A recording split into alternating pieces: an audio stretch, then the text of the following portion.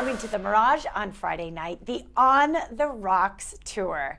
The talented Schulz joins me now to talk all about the tour, their partner, and what is going on with this podcast. How are you, Em? Such a pleasure to finally connect with you. We've been trying to connect here for a while. I know, we finally got here. I'm doing great. I am excited to be here. I'm excited to be in Vegas. I'm excited for the show. It's our last one of the tour, so it's a big deal for us. So yeah, last chance to come see us if you're into spooky stuff. All right, yes. Your podcast, And That's Why We Drink, which is like a fabulous title, is kind of a combination of the paranormal and true crime and a little bit of maybe humor mixed in. Yeah, so we started out where I actually used to be a paranormal investigator and my co-host used to be a private eye. And when we became friends, all we ever did was just yammer about, all the spooky stuff in the world. And the only way we could really get through it was with a little levity. Of course, we don't, poke fun at any victims or anything like that. We are pretty much poking fun at each other at the time. But it's a good way to educate yourself, learn about, true crime, learn ways to protect yourself in instances like that. But also get some fun facts, fun trivia on the paranormal and the true crime worlds at the same time. For sure. And I love talking about both. So, by the way, your co-host is Christine Schiefer. You guys have become, kind of like bosom buddies in this field. It's really unique, like what you're doing with this podcast. Are you drawing like the most amazing audience? I think what you started it in 2017, correct? Yes, 2017. And it was totally by accident. It really came out of just two friends talking about this stuff all the time anyway. And we actually weren't even that close. So when we first met, pretty much from the beginning, we started a podcast together almost as strangers. And one of the ways that we've, I think, kind of lured the audience in over the years is they got to learn about us while we got to learn about each other.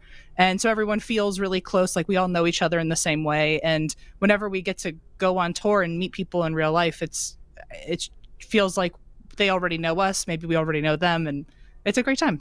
Well, it's kind of an amazing niche. I mean, people who are drawn to the paranormal, get super fascinated in it. Of course, I know that you kind of look at the whole country and what areas are exciting to talk about, ghost hunting. And I am dying to talk to you. Is there anything that you have covered in Nevada or Las Vegas? I mean, because we have some really interesting history here.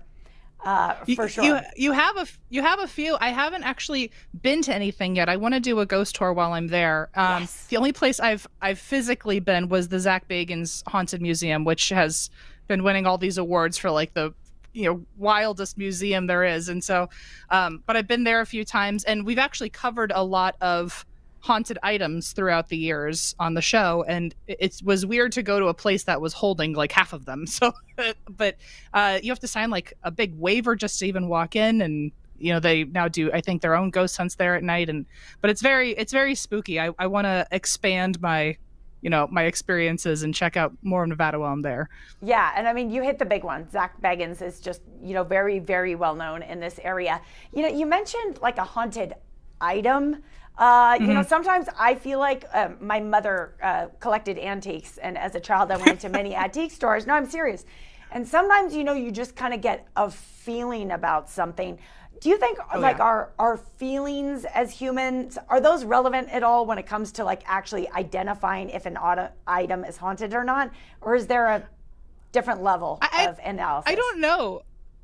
I like to think that us having those, like, that sixth sense is, some sort of special gift that some of us can tap into. Maybe all of us can tap into it, but I am a big believer in trust your gut. And so if something is feeling too creepy, I'm very aware of it from the beginning, or maybe I'm concocting that in my head, but I would rather stray on the side of caution and be like, oh, that doll looks like it's staring at me a little too hard. Maybe I'm going to not buy that one. So, I think that the creepier they look, I'm just going to, roll with the possibility that I shouldn't be near it. So yes.